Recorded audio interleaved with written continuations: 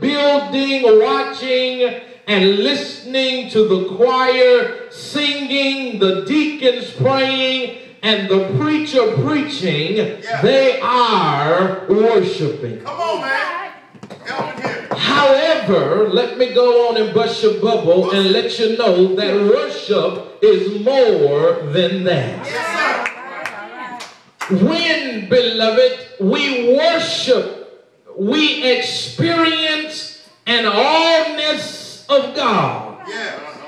In worship, we adore God by recognizing His holiness and responding to that holiness in obedience to His leadership. Come on, sir. In other words, you just can't be saved on Sunday. Come on, man. Y'all told me I could act like I was at home, so y'all come on, talk back to me now. That we just can't act sanctified during revival. Yeah. But we got to act like we know God every day. Yeah. In other words, your co-workers ought to know you're saved. Yeah. Come on, y'all help me here. Your own family members ought to know that you know who Jesus is. And unfortunately, we have a lot of folk who are playing church. Amen. Come on. Y'all gonna talk to me, aren't you? Worship, I'm talking about real worship, moves us out of selflessness. That's it. And make us self-giving. Come on.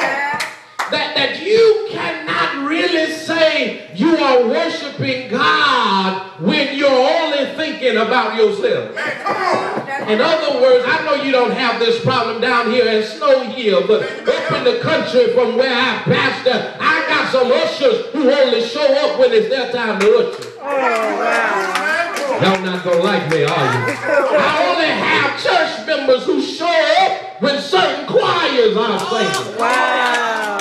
But that's not real worship. That's right. Real worship says, even if I never sing a solo, I'm going to lift my hands because God has been good to me.